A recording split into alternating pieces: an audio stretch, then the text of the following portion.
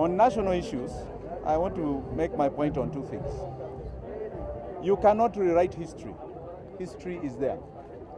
And when I heard the president speak on Thursday, and him exude a scorecard that is not in tandem with what I know is in real life in our pockets, I was in shock. I was wondering whether I'm the one who lives in a different world or he lives in a different world. The reality is that what he spoke that day was bonoko economics. Those were not truths. Kibaki's economy, for example, he said, grew to a GDP of 4.7 by the time he left in 2013. Central bank figures, and anybody can Google them, will show you that it was actually 6.7. We want facts, Mr. President. We want facts, not dreams and fantasy. We are capable of living in this world, however harsh, but we want the truth. The State of the Nation address should be addressed about our people as a country. What is our true state, not our false state? He went on to say things like he has done 10,800 kilometers of road since he came to power. That is 9 years. I recall when we were campaigning in the year 2017, he said that they had done 10,000 kilometers of road. In fact, he said that it is in the bottle. Just go into the bottle and you see all the roads they have done 10,000. So in 4 years, he did 10,000. He's saying in these 5 or 4 years, he has been able to do only 800. Facts, Mr. President, facts. Tell us the truth. These are not truths. We want truths because we are living in this world. We live in this world long before we are all gone. We want nothing but the truth. And the truth is as follows.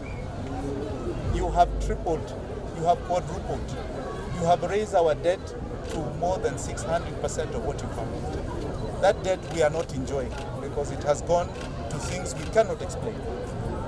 It is very clear you have been unable to boost our productivity. It is also true that the cost of living has increased for each and every single one of us. Electricity today, for every 500 token, 300 is our use.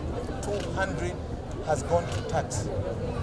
We know as we are progressing with the loss of the shilling to the dollar, that figure will become the other way around. That for every 500 token of electricity, 300 will be taxed and 200 will be our consumption. It is coming in the next few months. We are in such a bad state, we want to know the true state of our country.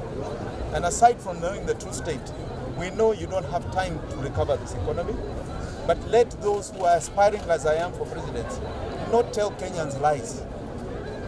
The country and the government has got nothing else to give you. Nothing else to give you. Let nobody tell you lies they can give anything. That is not true. The only thing we can do, if we are to be honest, is stop the slide, because the slide is very fast. How do we stop the slide? And how do we get back to a thing called supply economics? Productivity. We must raise what each and every one of us produce. There's no time for handouts. There's no money for handouts. The country is in ICU economically. So let us speak the truth to Kenyans. I always say this and I'll say it again, that you know somebody, not when they sit on the chair, you know them even before. So even us who are competing for this presidency, know us now. We don't change. We just reveal more of ourselves when we get to power. Know us now. If people are telling you lies now, no, they will tell you even bigger lies when they're in power. I'm here to speak the truth and the truth alone. Our crisis and our economic liberation is what is a challenge today. The lives of each and every one of us is at stake. Thank you very much. It will harm my opponents more than me. I will consult the people of Kenya who want to and are supporting my candidature, and we shall chart our way forward from there.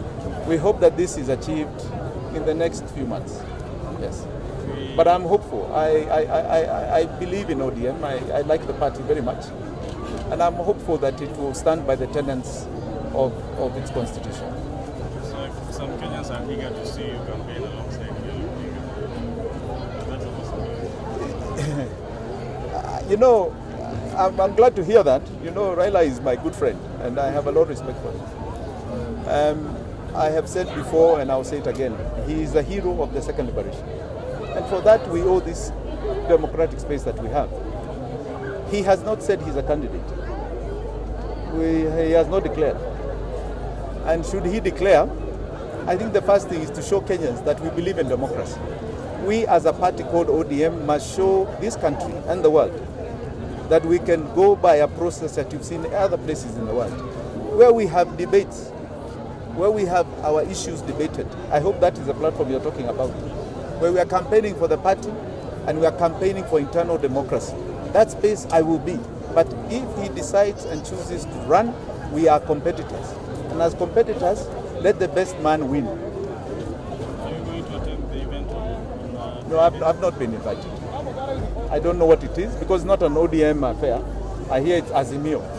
I have not been part of Azimio, so I don't know what that is. Final one, the ones that are talking about civic applications. Steve is my very good friend. We have a long history, as you learned together.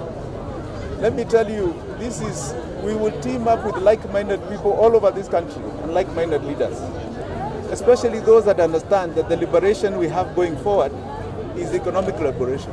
That liberation must be seen. We must all feel it as Kenyans. We must live it now.